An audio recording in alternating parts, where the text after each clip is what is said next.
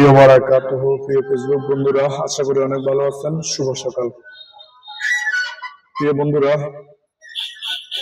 সকাল 9টায় আসি, রাত 9টায় চলে যাই।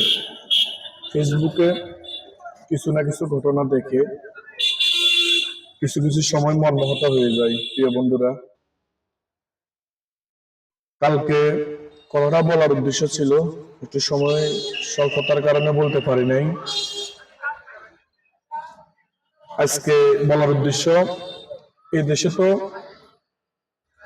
বিচার একেবারে টাকার উপরে বিক্রি করা হয়।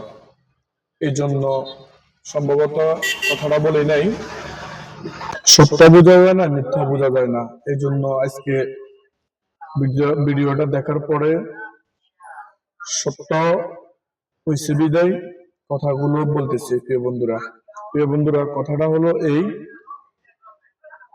একজন প্রবাসী। ফেসবুক এমন একটা জিনিস, সত্য বোঝা যায় না, মিথ্যাটা বোঝা যায় না। এই জন্য আজকে গ্রেপ্তার হওয়ার পরে সকাল সকাল সিদ্ধান্ত নিলাম যে কথাটা আজকে বলি।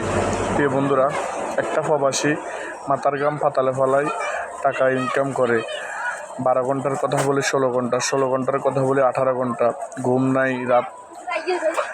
রাত জেগে ডিউটি করা, ঘুম নাই, খানা নাই, ঠিকমতো বাড়িতে মা থাকলে, ভাই থাকলে বা স্ত্রী থাকলে কথা বলার সময় নাই। একটা প্রবাসীর জন্য সাধারণ মানুষ মন খুলে দোয়া করে। ওই রকম একটা প্রবাসী এলাকায় যদি ধরে নিয়ে নির্যাতন করা হয়, ধরে নিয়ে যদি মারধর করে টাকা পয়সা হাতিয়ে নেয়, এটাকে মেনে নেওয়া যায়? অবশ্যই না। তীব্র নিন্দা জানাচ্ছি। হিজলা সম্প্রদায়, যে হিজলাদেরকে আমরা মাথায় রাখি, ওই হিজলারা পরিশেষে আমাদেরকে ধোঁকা দেয়, আমাদেরকে মারে। যে হিজলারা আমাদের থেকে নিয়ে খেয়ে পড়ে বেঁচে থাকে, ওই হিজলারাই আমাদেরকে অবশেষে আবার মারধর করে টাকা পয়সা হাতিয়ে এনে। প্রিয় বন্ধুরা, হিজলা এমন একটা জিনিস, তাদের না আছে সম্মান, না আছে তাদের ইজ্জত, না আছে তাদের আচার আচরণ, না আছে তাদের ব্যবহার।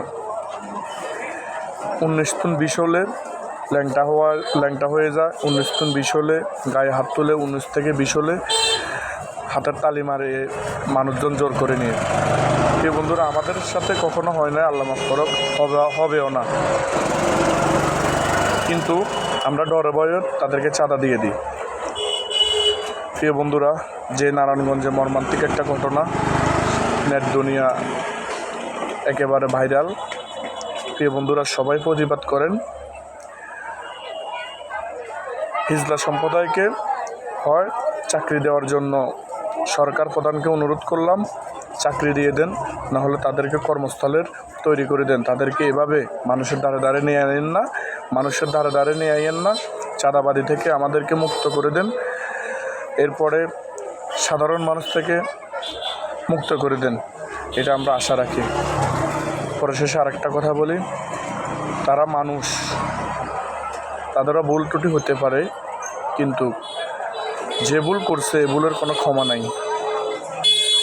যে আমার প্রবাসী ভাইকে নিয়ে তৎসারিং করছে, যে আমার ভাইয়ের থেকে টাকা পয়সা হাতিয়ে নিয়ে তাকে এমন মারধর করছে, এটা আসলে আমি নিজেও আমার গা একদম পছন্দ হয়ে গেছে, যে মাইরটা আমি দেখছি। আল্লাহু আকবার, আল্লাহু আকবার। এই দেশ কোথায়? এই দেশের মানুষ কবে শুধরাবে? এটাই আমার বড় একটা। আজকে এ পর্যন্ত রইল কথা, নেক্সট কথা হবে ইনশাআল্লাহ।